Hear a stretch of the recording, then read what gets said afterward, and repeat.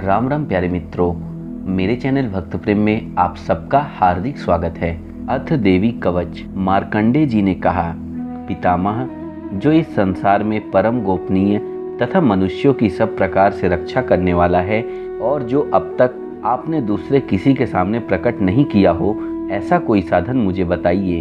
ब्रह्मा जी बोले, ब्राह्मण, ऐसा साधन तो एक देवी का कवच ही है, जो गोपनीय से भी परम गोपनीय, पवित्र तथा संपूर्ण प्राणियों का उपकार करने वाला है।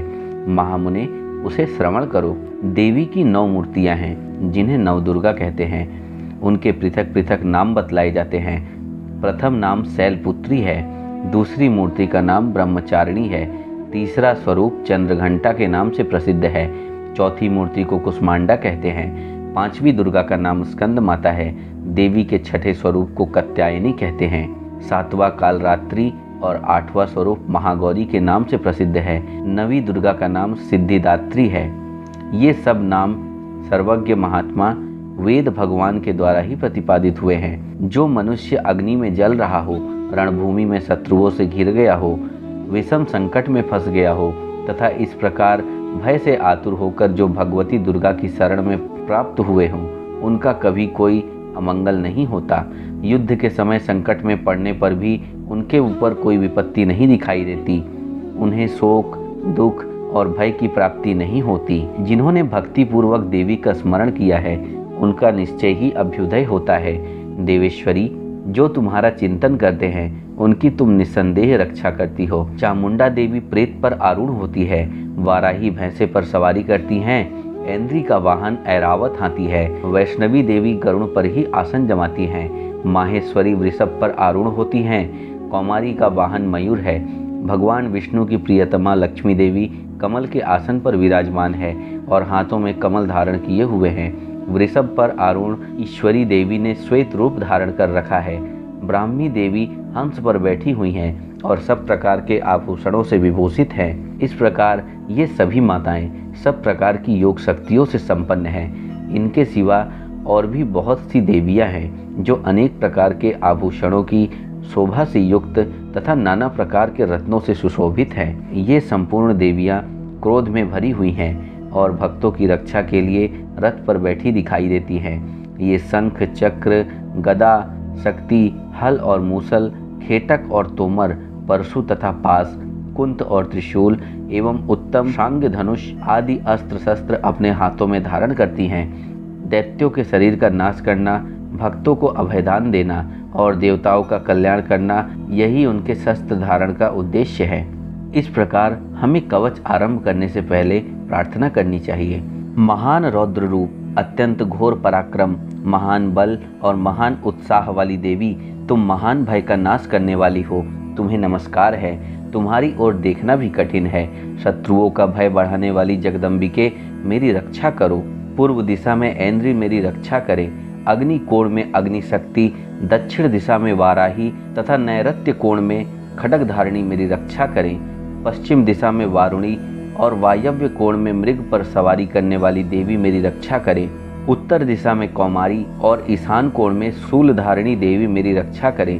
ब्रह्माणी, तुम ऊपर की ओर से मेरी रक्षा करो और वैष्णवी देवी नीचे की ओर से मेरी रक्षा करें। इसी प्रकार शव को अपना वाहन बनाने वाली चामुंडा देवी 10 दिशाओं में मेरी रक्षा करें। जया आगे से और विजया पीछे की ओर से मेरी रक्षा करें। वाम भाग में अजिता और दक्षिण भाग में अपराजिता रक्षा करें। उद्धोत्तनी शिखा की रक्षा करें। उमा मेरे मस्तक पर विराजमान होकर रक्षा करें। ललाट में मालाधारी रक्षा करें और यशस्विनी देवी मेरे भौहों का संरक्षण करें। भौहों के मध्य भाग में त्रिनेत्रा और नथुनों की यम घंटा देवी रक्षा करें। दोनों नेत्रों के मध्य भाग में शंखिनी और कानों में द्वारवासिनी रक्षा करें। कालिका देवी कपोलों की तथा भगवती सांकरी कानों के मूल भाग की रक्षा करें। नासिका में सुगंधा और ऊपर के होंठ में चर्चिका देवी रक्षा करें। नीचे के होंठ में अमृतकला तथा जिह्वा में सरस्वती देवी रक्षा करें। कौमारी दांतों की और चंडिका कंठ प्रदेश की रक्षा करें। चित्र घंटा गले की घाटी की और महामाया तालु में रहकर रक्षा करें। कामाक्षी ठोड़ी की और सर्वमंगला मेरी वाणी की रक्षा करें। भद्रकाली ग्रीवा में और धनुर्धारी मेरुदंड में रहकर मेरी रक्षा करें। कंठ के बाहरी भाग में नीलग्रीवा और कंठ की नली में नलकुबरी रक्षा करें। दोनों कंधों में खड्गिनी और मेरे दोनों भुजाओं की वज्रधारिणी रक्षा करें। दोनों हाथों में दंडिनी और अंगुलियों में अंबिका रक्षा करें। शूलेश्वरी नखों की रक्षा करें। कुलेश्वरी पेट में रहकर रक्षा करें। महादेवी दोनों स्तनों की और शोक विनाशिनी देवी मन की रक्षा करें। ललिता देवी हृदय में और शूलधारिणी उदर में रहकर रक्षा करें। नाभि में कामिनी और गुहा भाग में गुहेश्वरी रक्षा करें। पूतना और कामिका लिंग की और महिषवाहिनी गुदा की रक्षा करें। पूतना और कामिका लिंग की और महिषवाहिनी गुदा की रक्षा करें। भगवती कटी भाग में और विंध्यवासिनी घुटनों की रक्षा करें। संपूर्ण कामनाओं को देने वाली महाबला देवी दोनों पिंडलियों की रक्षा करें।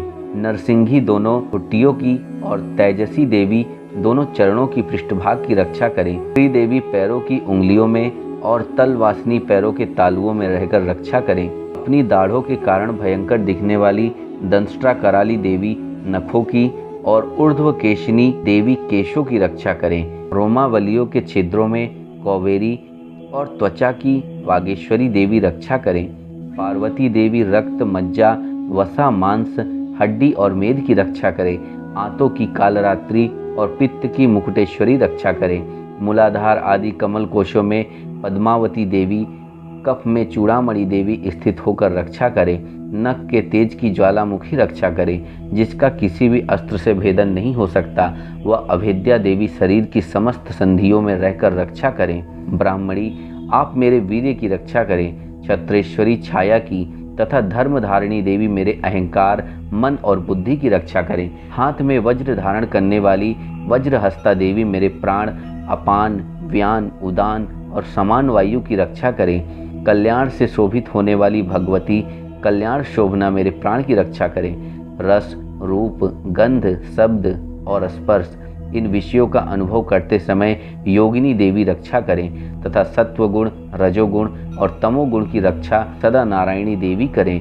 वाराही आयु की रक्षा करें। वैष्णवी धर्म की रक्षा करें तथा चक्रिणी देवी यश, कीर्ति, लक्ष्मी, धन तथा विद्या की रक्षा करें। इंद्राणी, आप मेरे गोत्र की रक्षा करें। चंडिके, तुम मेरे पशुओं की रक्षा करो। महालक्ष्मी पुत्रों की रक्षा करें और भैरवी पत्नी की रक्षा करें। मेरे पथ की सुपथा तथा मार्ग की क्षेमकारी रक्षा करें। राजा के दरबार में महालक्ष्मी रक्षा करें तथा सब ओर व्याप्त रहने वाली विजया देवी संपूर्ण भयों से मेरी रक्षा करें। देवी, जो स्थान कवच में नहीं कहा गया है अतएव रक्षा से रहित है, वह सब तुम्हारे द्वारा सुरक्षित हो, क्योंकि तुम विजयशालिनी और पापनाशनी हो। यदि अपने शरीर का भला चाहे तो मनुष्य बिना कवच के कहीं एक पग भी न जाए। कवच का पाठ करके ही यात्रा करे। कवच के द्वारा सब ओर से सुरक्षित मनुष्य जहाँ जहाँ भी जाता है वहाँ वहाँ उसे धन लाभ होता है तथा संपूर्ण कामनाओं की सिद्धि करने वाली विजय की प्राप्ति होती है। वह जिस जिस अभीष्ट वस्तु का चिंतन करता है उसको निश्चित ही वह प्राप्त कर लेता है। वह पुरुष इस पृथ्वी पर तुलना रहित महान ऐश्वर्य का भागी होता है। कवच से सुरक्षित मनुष्य निर्भय हो जाता है। युद्ध में उसकी पराजय नहीं होती तथा वह तीनों लोकों में पूजनीय होता है। देवी का यह कवच देवताओं के लिए भी दुर्लभ है। जो प्रतिदिन नियम पूर्वक तीनों संध्याओं के समय श्रद्धा के साथ इसका पाठ करता है उसे दैवी कला प्राप्त होती है तथा वह तीनों लोकों में कहीं भी पराजित नहीं होता।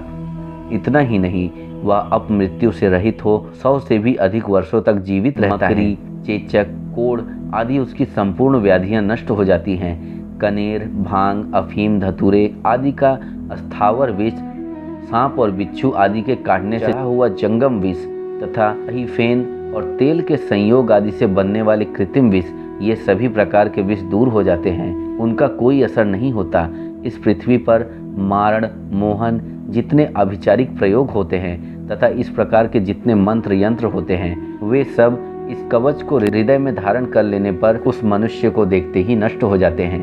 यही नहीं, पृथ्वी पर विचरने वाले ग्राम देवता, आकाशचारी देव विशेष, जल के संबंध से प्रकट होने वाले गण, उपदेश मात्र से सिद्ध होने वाले निम्न कोटि के देवता, अपने जन्म के साथ प्रकट होने वाले देवता, कुल देवता, माला, डाकिनी, शाकिनी, अंतरिक्ष में विचरने वाले अत्यंत बलवती भयानक डाकिनियाँ, ग्रह, भूत, पिशाच, यक्ष, गंधर्व, राक्षस, ब्रह्म राक्षस, बेताल, कुष्मांड और भैरव आदि अनिष्टकारक देवता भी हृदय में कवच धारण किए रहने पर उस मनुष्य को देखते ही भाग जाते हैं। कवचधारी पुरुष को राजा से सम्मान वृद्धि प्राप्त होती है। यह कवच मनुष्य के तेज की वृद्धि करने वाला और उत्तम है।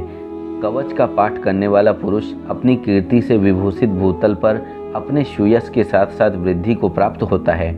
जो पहले कवच का पाठ करके उसके बाद सप्तशती चंडी का पाठ करता है, उसकी जब तक वन, पर्वत और काननों सहित यह पृथ्वी टिकी रहती है, तब तक यहाँ पुत्र पौत्र आदि संतान परंपरा बनी रहती है। फिर देह का अंत होने पर वह पुरुष भगवती महामाया के प्रसाद से उस नित्य परम पद को प्राप्त होता है जो देवताओं के लिए भी दुर्लभ है। वह सुंदर दिव्य रूप धारण करता है और कल्याण में शिव के साथ आनंद का भागी होता है। इस प्रकार देवी कवच संपूर्ण होता है।